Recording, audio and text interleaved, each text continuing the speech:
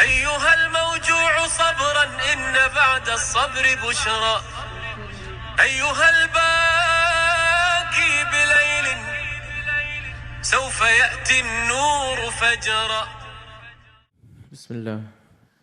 عن معاذ الجهيني رضي الله عنه قال قال النبي صلى الله عليه وسلم من بر والديه توبى له زاد الله عز وجل في عمره. Mu'adh said, the Prophet sallallahu alaihi wasallam said, bliss is for him who is dutiful towards his parents. Allah, the Mighty and Exalted, will prolong his life.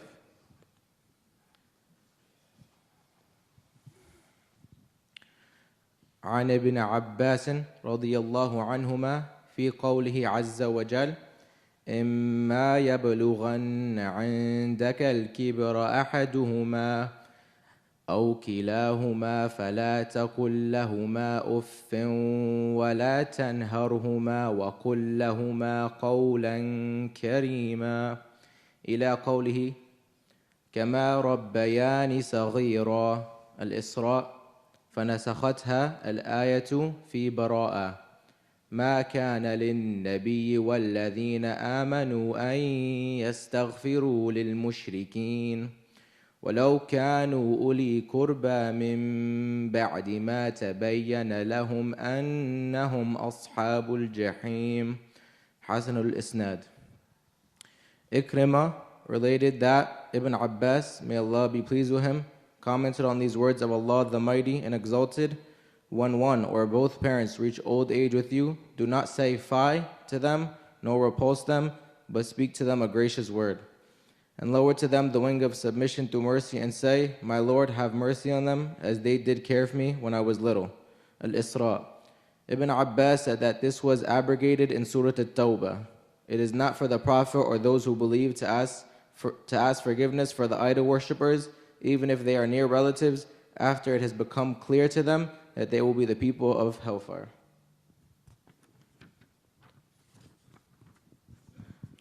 عن أسماء بنت أبي بكر رضي الله عنها قالت أتتني أمي راغبة في عهد النبي صلى الله عليه وسلم فسألت النبي صلى الله عليه وسلم أصلها قال نعم قال ابن عيينة فأنزل الله عز وجل فيها لا ينهاكم الله عن الذين لم يقاتلوكم في الدين سورة الممتحنة. صحيح.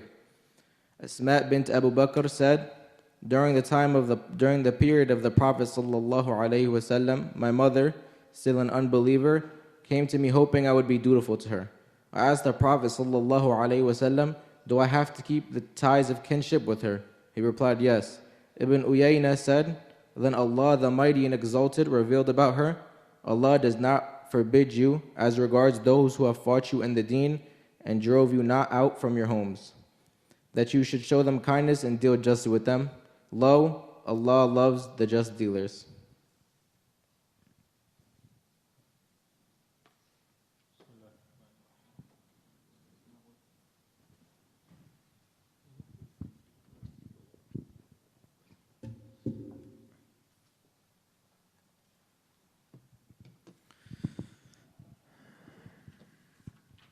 Bismillah ar-Rahman ar-Rahim. The first hadith falls under the chapter which Imam Bukhari rahimahullah, he says, Allah will prolong the life of someone who is dutiful towards his parents. And so the Prophet sallallahu alaihi wasallam, he says, whoever is good, whoever is righteous, whoever is dutiful towards his parents, then tuba lahu. What is tuba? Some of the scholars, they said that tuba, it means Jannah. Tuba Ismul Jannah. It means that this is one of the names of Jannah, i.e., may Jannah be for him who is dutiful towards his parents. This is the dua of the Prophet ﷺ. Another interpretation of Tuba is that this person, he will have a special tree in Jannah. You might be wondering, what's so special about a tree? Now that tree is not given to anyone.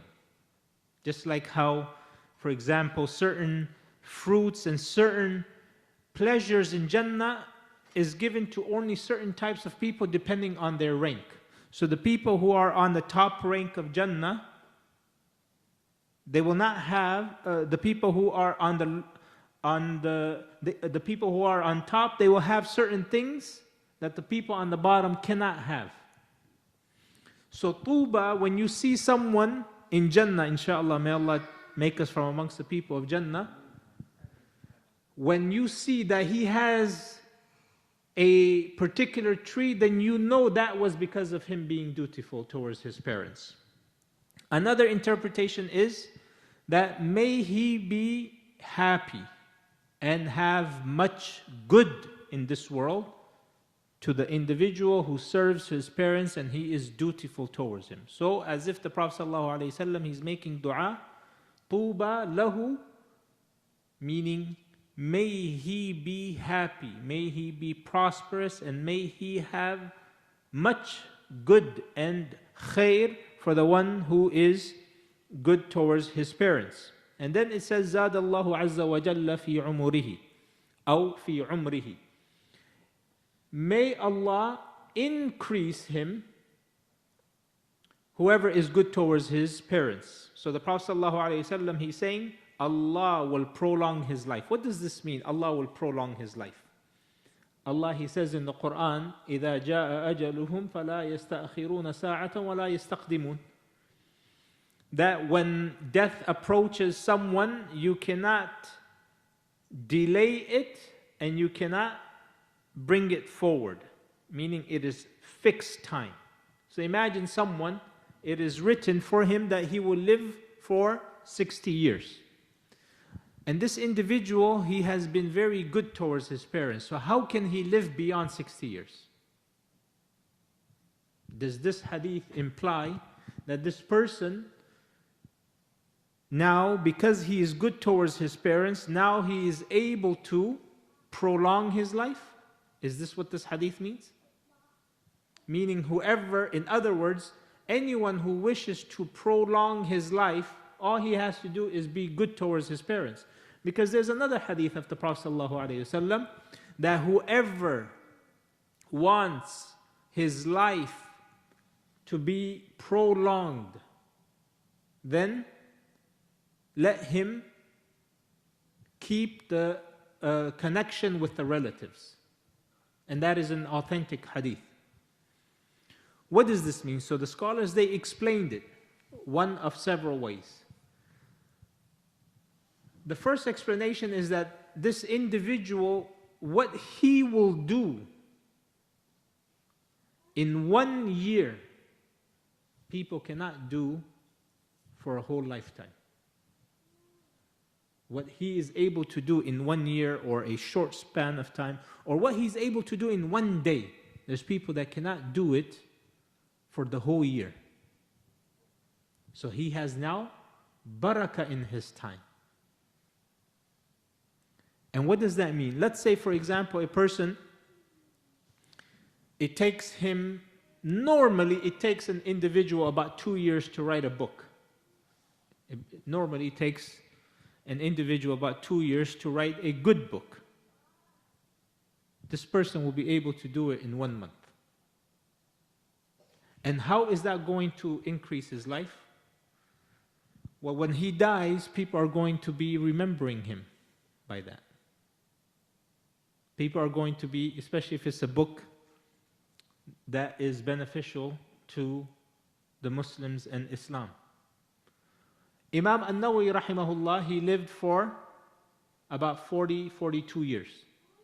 And we still remember him until now. Imam Bukhari, he lived for about 60 years.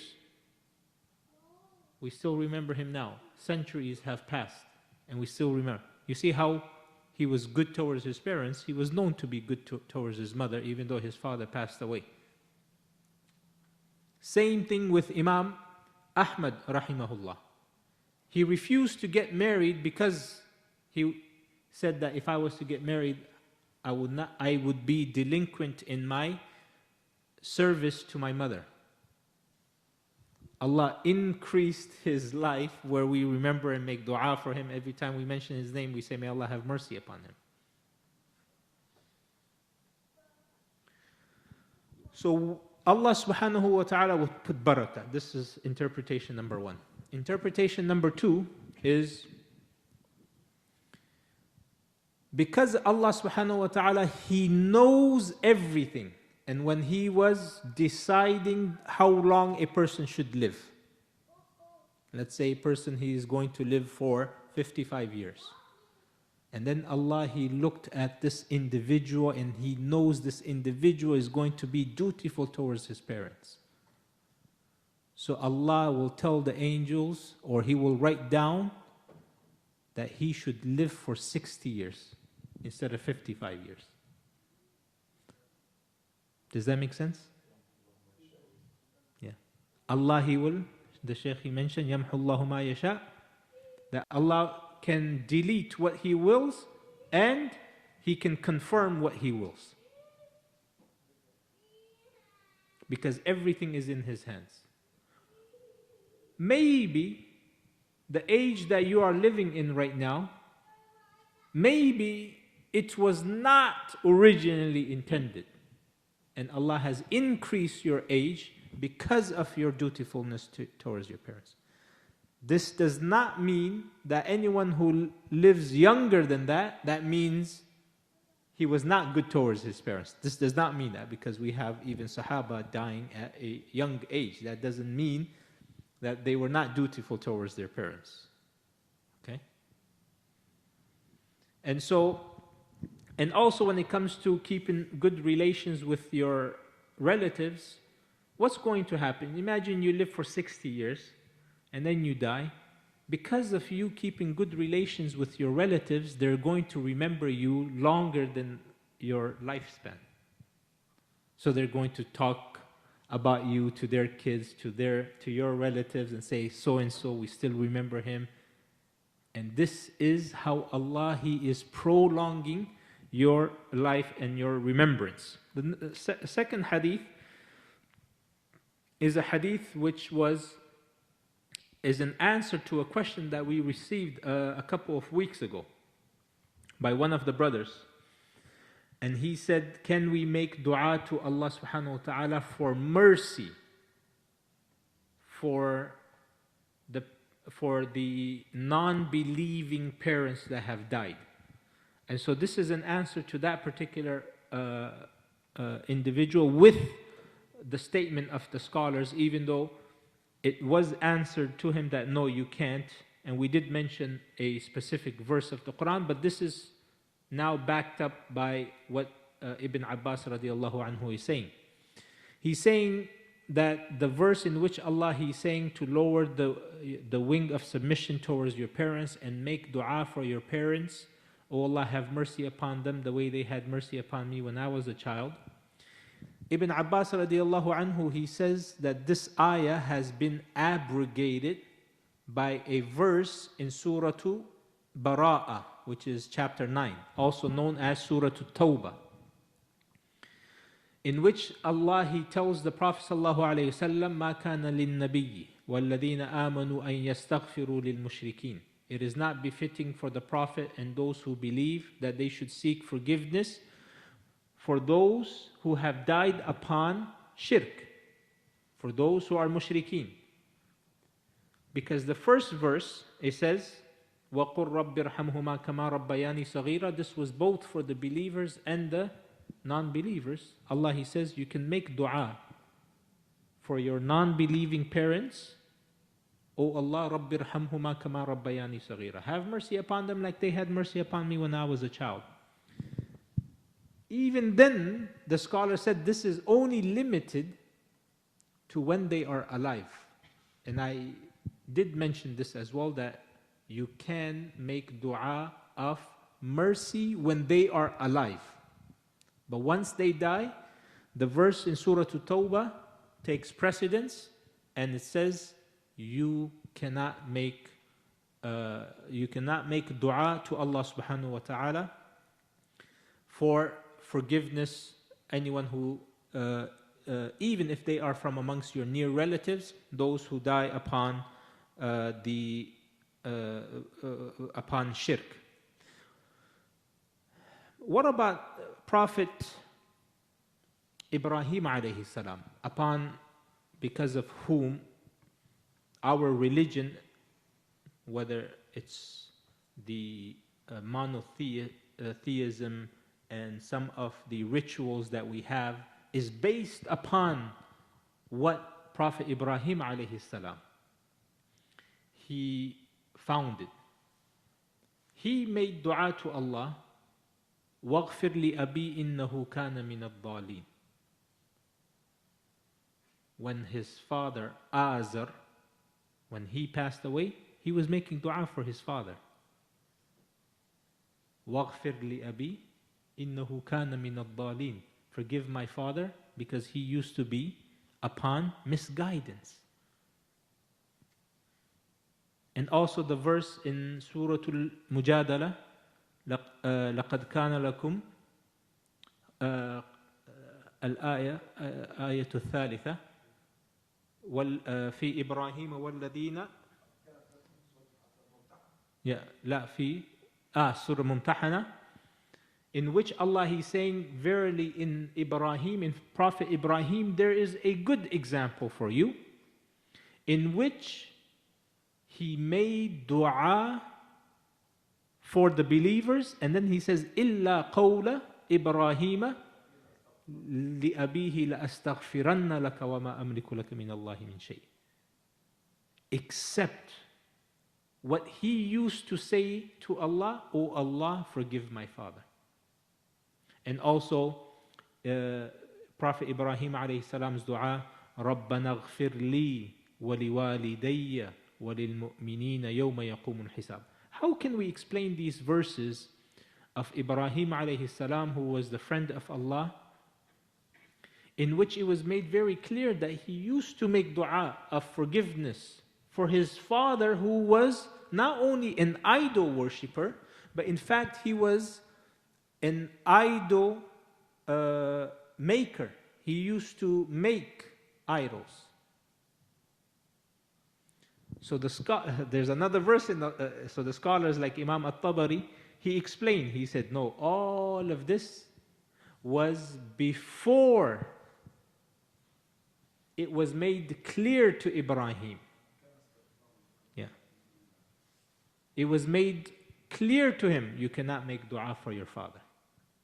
So all of these du'as that he used to make dua for his parents, for his father that died upon shirk, it was before the prohibition that was given to him.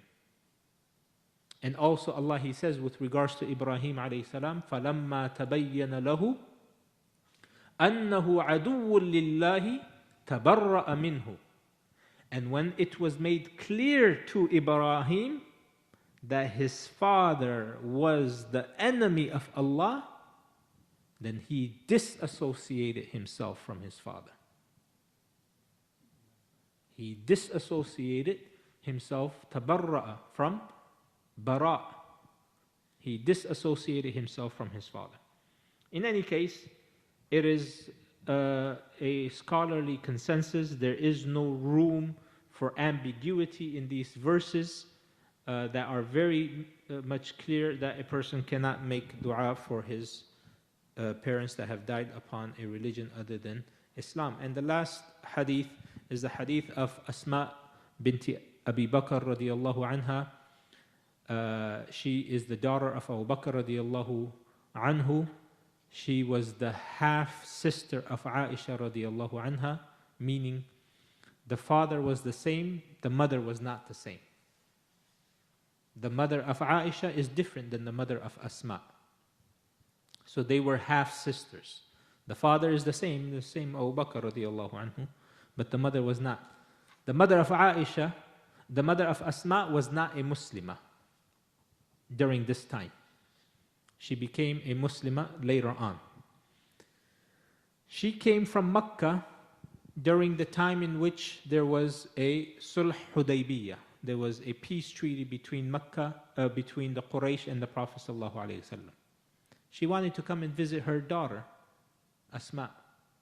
So she wanted to ask the Prophet, O Prophet of Allah, should I greet her? Should I be good towards her even though she is a mushrika, even though she's a non-Muslim? And the Prophet ﷺ said yes. And then after this, the verse of the Quran was revealed. Allah does not prohibit you. Allah does not prohibit you for showing kindness to those that do not fight you and do not kick you out of your house. Meaning they are not your enemy. Allah subhanahu wa ta'ala does not prohibit you.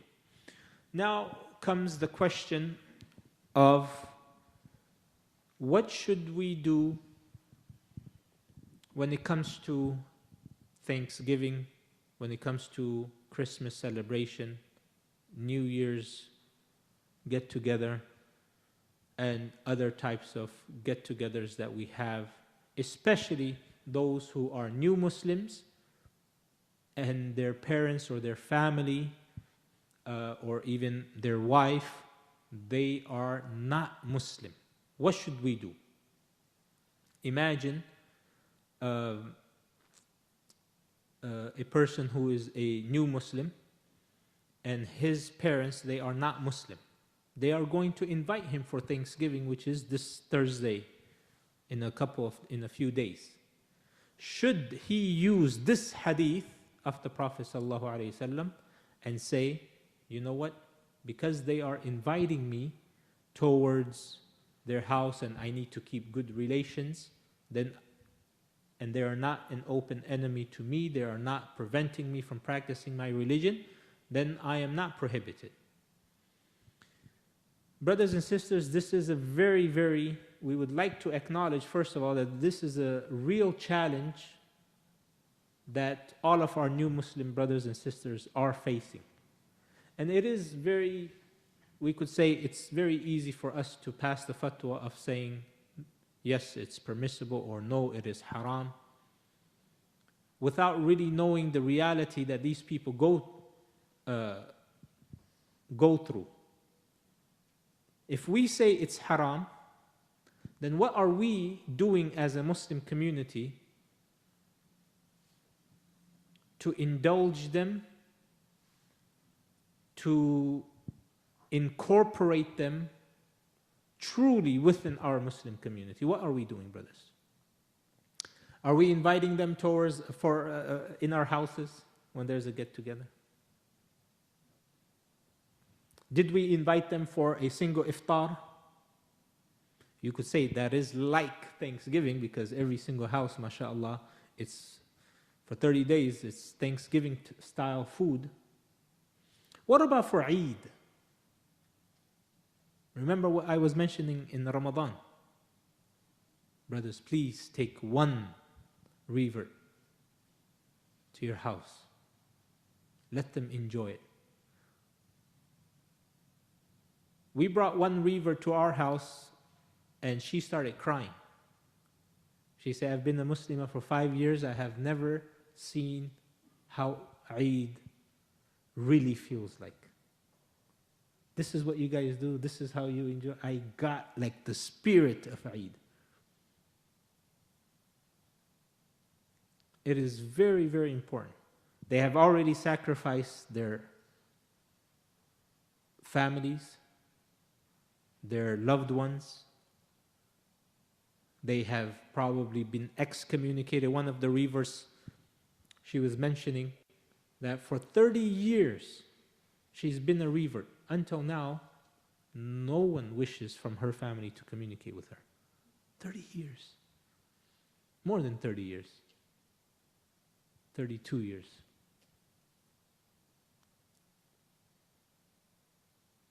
So if we are going to say it's haram, and they should not, then we as a Muslim community have a responsibility in incorporating them within every single ritual there is. Whether it's our marriage ritual, Meaning if you or your family member is getting married, when was the last time we even invited them for the walima? Or whether it's iftar or Eid or anything else, any type of celebration.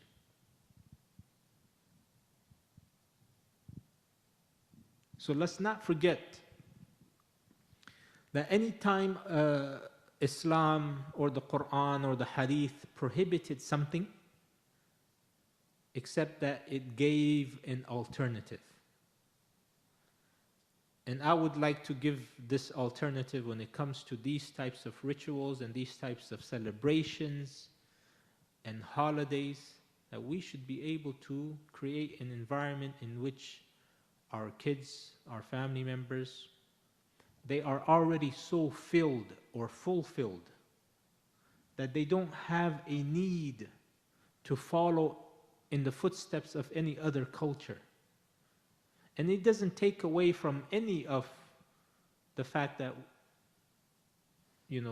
that we are part of the society or we are part of the community and so on. It doesn't take away from that. And it should not be seen as such.